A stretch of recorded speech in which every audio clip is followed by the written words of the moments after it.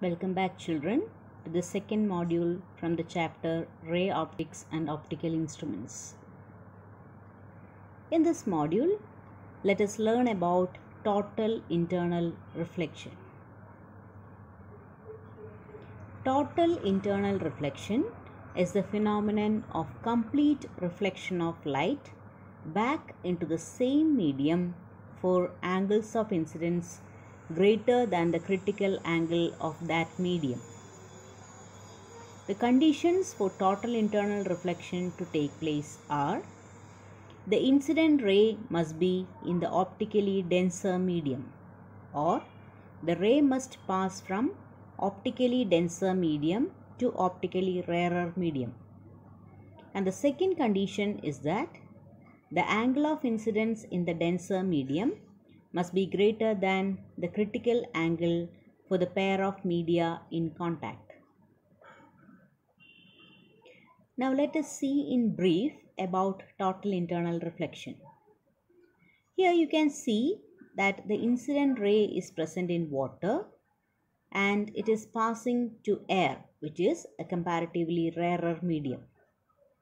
So when angle theta 1 is increased beyond a certain limit, it reaches a value theta c at which it just grazes over the surface. And when the angle of incidence is increased beyond theta c, then you can see that the entire light gets reflected back into the same medium, which is known as total internal reflection. So you can see that if the incident ray is increased beyond a critical angle, the light is no longer refracted. Instead, it is reflected back inside the medium, which is called total internal reflection. When incident angle is greater than the critical angle, there is no refracted rays. All emergent rays are internally reflected. Total internal reflection is the phenomenon behind the shining appearance of diamond. In diamond, it is cut in such a way that all the light which is incident on it get totally reflected back, which leads to its shining appearance.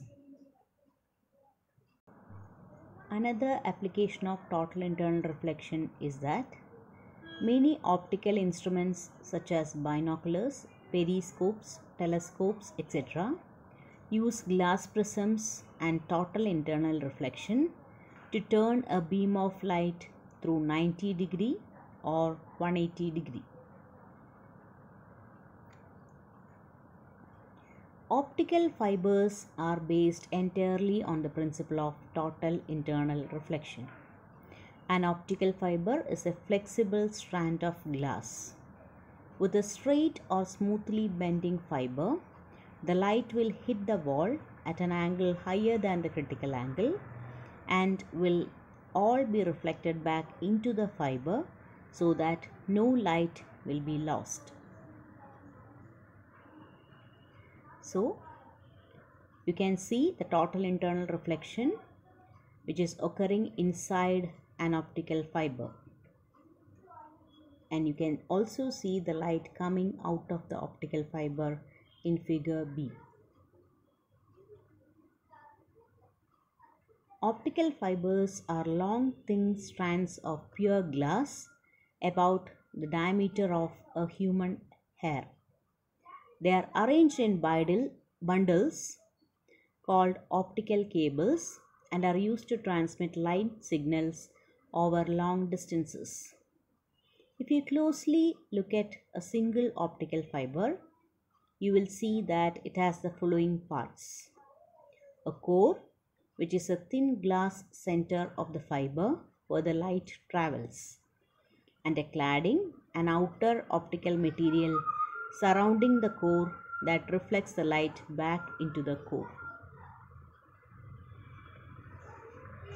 Another application of total internal reflection is the phenomenon of mirage, which is usually found in deserts or in areas which are comparatively at a higher temperature. So in the phenomenon of mirage, which is found mostly in desert areas, we usually see reflected images of objects which are actually an illusion, optical illusion of the original object which is present. Hope you might have got an idea about total internal reflection, conditions for total internal reflection, and a few of the applications of total internal reflection. Thank you, my dear students.